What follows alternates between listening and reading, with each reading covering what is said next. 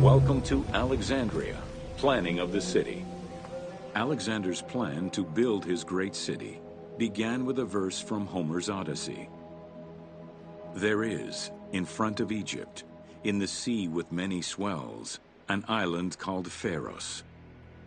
Guided by these clues, Alexander the Great founded his future city at the western end of the Nile Delta.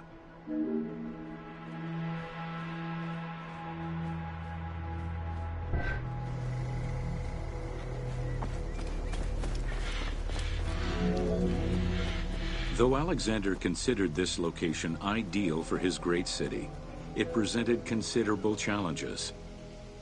Too difficult to access during storms, the surrounding swamps threatened disease, and the limestone soil prevented the growth of healthy crops. However, due to the influence of his mentor Aristotle, Alexander the Great recognized that the true value was its strategic emplacement. Alexander knew that in controlling Pelusium to the east, Memphis to the south, and his crowning glory Alexandria to the west, he would create a triangular stronghold, allowing him to control the entire delta while giving him access to the Mediterranean.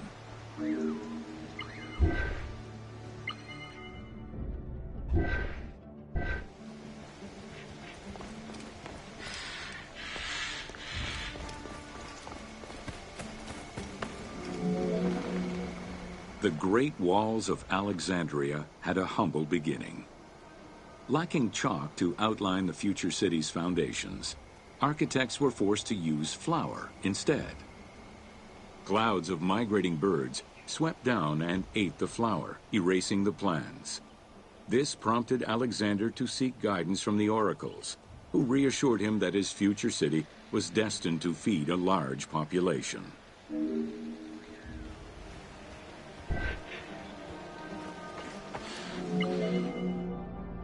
Excavations led by Mahmud Bey el-Falaki in the 19th century revealed that the wall enclosure measured approximately 5.2 kilometers in length and 2.2 kilometers in width. It was roughly 9 meters in height.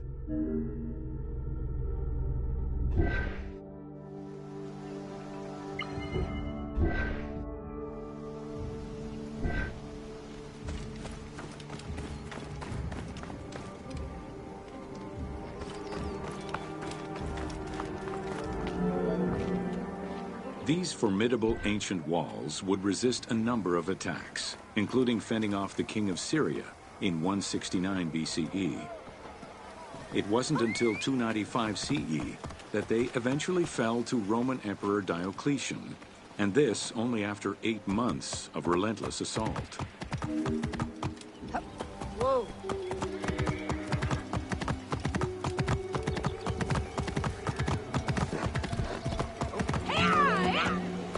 Alexandria's principal architect, Dinocrates, chose a Hippodamian grid plan. The grid maximized functionality, with wide, straight roads and canals running beneath them. Alexander recognized the military value of the city's design.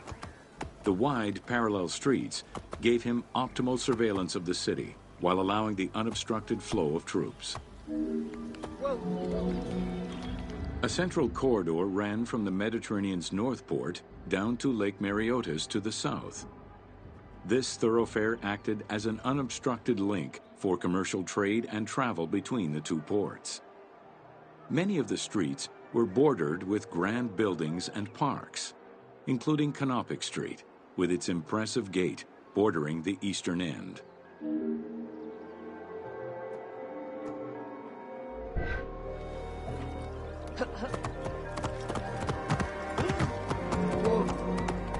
Alexandria was most likely built upon an already existing Egyptian village. Upon its completion, the Egyptians reviled the city, refusing to call it by its founder's name. Instead, they called it Raked, the building, as a mark of disdain, which was later Hellenized into Rakotis. Despite this, the name Alexandria would remain.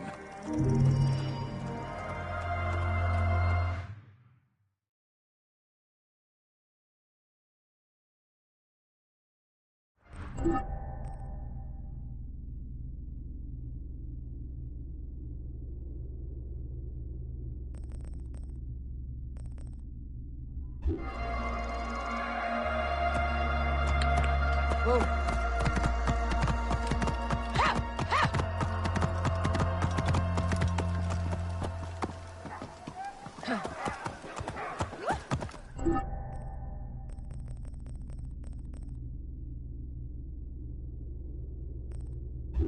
Whoa!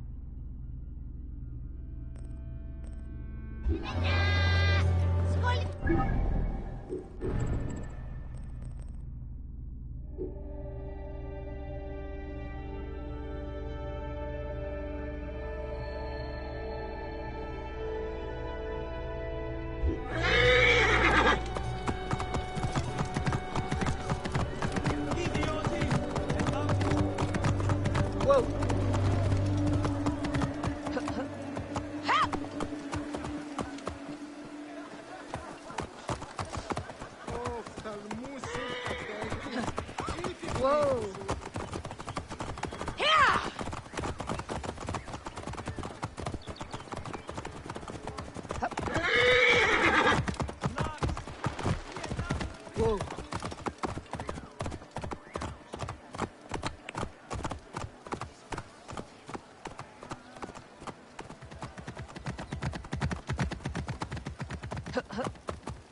Whoa!